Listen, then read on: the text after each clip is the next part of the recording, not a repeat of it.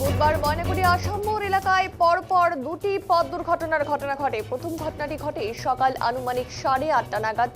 ময়নাগুড়ি আসাম মোড়ে একটি বাইকে পেছন থেকে ধাক্কা মারে ডাম্পার, আর দুটি গাড়ি জলপাইগুড়ি থেকে ময়নাগুড়ির দিকে আসছিল।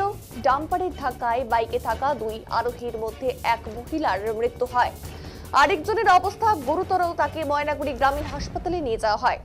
তার কিছুক্ষণ পরে আবার ওই একই জায়গায় ডাম্পারের ধাক্কায় এক মোটর সাইকেল আরোহী আহত হন। তাকেও ময়নাগুড়ি গ্রামীণ হাসপাতালে পাঠানো হয় চিকিৎসার জন্য।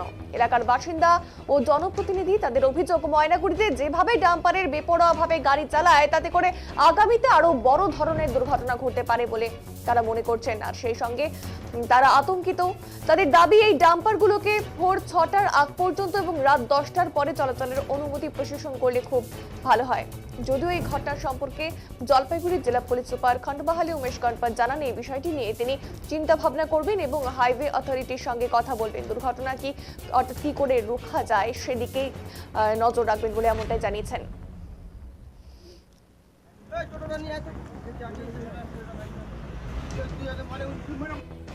আজকে অ্যাক্সিডেন্ট হয়েছিল পরপর দুটা। হ্যাঁ, প্রথমটা কিসের সঙ্গে হয়েছে?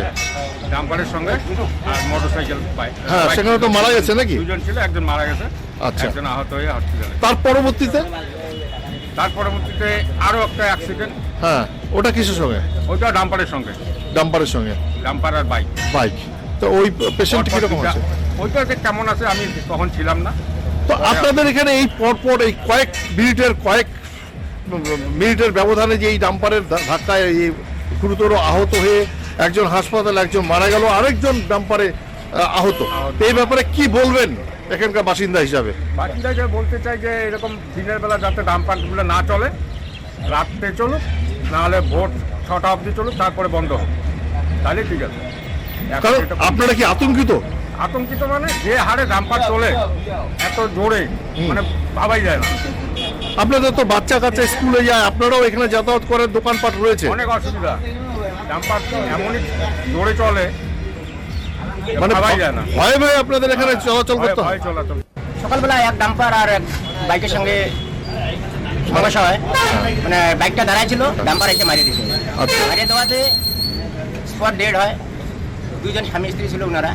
বউটা মারা যায়। আপাতত তার স্বামী হাসপাতালে আছে, চিকিৎসারত। তো তারপরেও আজকে কি হয়েছে? তারপরে 10 মিনিট পরে আবার একই ঘটনা, এক বাইক এক ডাম্পারের সাথে আবার সংঘর্ষ হয়। সংঘর্ষ হওয়াতে বাইক আরোহী আহত হয়, হাসপাতালে আসে উনি। আর ডাম্পারকে আটক করা হয়েছে। তো মূলত এখানকার বাসিন্দা বলছে যে এই ডাম্পারের অতিষ্ঠ কিন্তু এখানকার নাজেহাল মানুষ, এই ব্যাপারে কি বলবেন?